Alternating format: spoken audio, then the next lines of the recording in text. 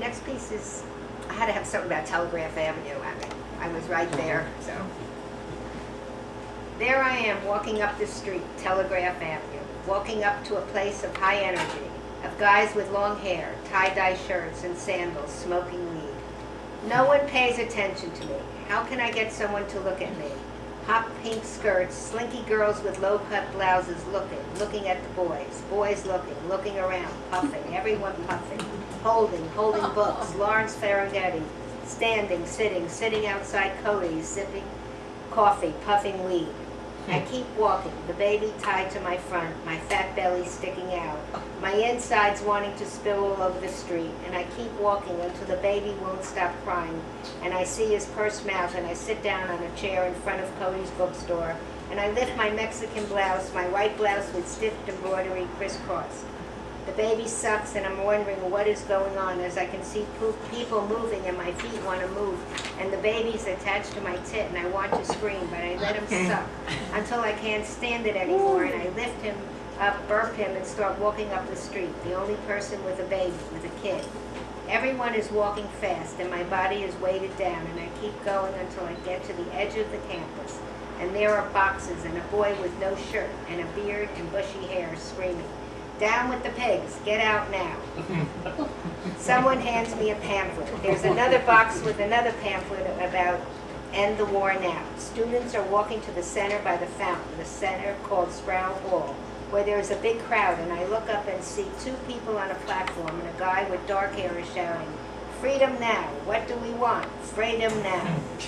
Nothing's changed. A girl with long blonde hair is shouting something about freedom, and I ask a guy next to me wearing a turtleneck sweater what's going on, and he says it's the free speech movement.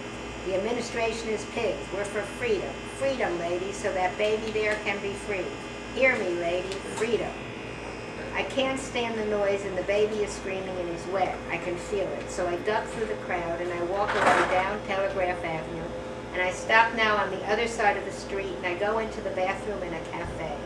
I go in and unstrap the baby and start to change his diaper by the sink, and a girl comes out and blows smoke in my face and says, "Cool, lady, cool." I want to go home, so I get the diaper changed, and I walk down Telegraph Avenue to the green and white sign that crosses Dwight Way, and walk down Dwight Way into the apartment above the restaurant, and my face is wet. Tears are coming down, and I don't know what is going on. I call Ned, but he's in session.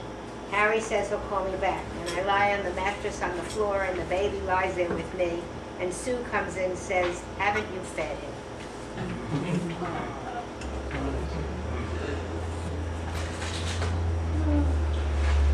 And this is we're living in Wickersham, and I just got hired to work in Bellingham, but we're out in the county. So this is my son, the bachelor, Reuben the bachelor. It's Friday afternoon, the end of my first week at the shipyard. I drive back to Wickersham after work. I'm exhausted and can't wait to get home and in bed. I open the door and see Reuben making a peanut butter sandwich.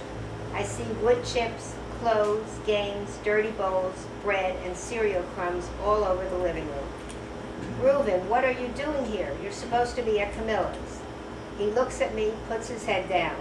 I yell, "What are you doing here? You're not supposed to be here." He's holding the peanut butter jar with one hand while trying to spread peanut butter with the other. This small blonde boy with denim overalls looks up at me and says very slowly, "I'm practicing to be a bachelor." Didn't make it, he's got 14. I want to burst out laughing. "What do you mean I'm practicing to be a bachelor? Reuben, did you stay here at night? Did you stay here all week?" He nods. "I can't believe it. How did this happen? You were supposed to go to Camilla's. Didn't you go?" He shakes his head no. "Didn't Camilla come and check up on you?" He shakes his head. "I just wanted to be here. I told her." "You stayed here all week? I can't believe it." "Come on," I say, "we're going into town. We're going to have to move to Bellingham. You can't stay out here all week being a bachelor. we're moving to town. That's true, it's really true, exactly. And my last piece that I'm going to read is called Into the Bow, and it was my life at Fairhaven Shipyard. One of the many scenes there. And I don't remember when this takes place, probably the 70s, early 70s. Carlyle, go down into the bow, Leonard tells me. It'll keep you out of trouble. The bow. I've heard Jimmy complain it's a tight spot. Yeah, the bow. We need to seal up the boat. Only you and Jimmy can fit. I gather my torch, chipping hammer, 10-17 rods, and wire lamp for when I get in there. I climb into the boat and walk across to the corner. I lower myself down the steel ladder, one rung at a time. I peek in, pitch black. All right, I say to myself, Jimmy does it, you can do it. It's a tight, black space. I inch along, moving at an angle as my shoulders touch the wall. It's stuffy in here. It's dark in here, but I keep moving. I come to an even smaller space. I realize I have to crouch down. I realize I have to lie on my stomach and just inch along. Oh boy, I think, Leonard can't say I'm not earning my money today. In fact, we should get extra for this. It's not a long way, but the darkness crawls through with me. I stop for a minute to breathe.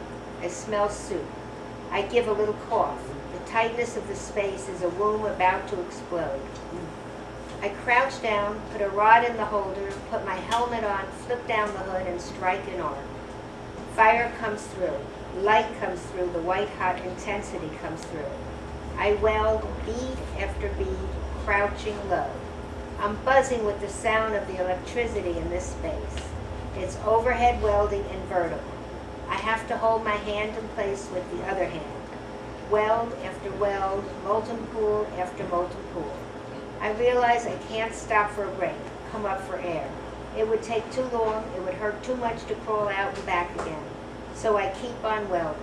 I keep on finishing a rod, putting up my helmet in the dark and starting over again. Crouching in a corner in the dark. Crouching inside, holding the torch and making a bead across the metal plate. Another part of me returns, the part of me that crawled underground. I hear the whistle blow, the lunch whistle. I put down my torch and again inch my way out of the dark underground. When I come out, I hear Leonard say to Jimmy, go down and see how her overhead looks. Why is Leonard checking up on me? He knows I can do it. Jimmy comes out. He says something to Leonard I can't hear over the whir of the crane. Leonard comes over to me. Not bad, Carlyle, not bad. Okay, go back and finish up after lunch. Oh, yeah.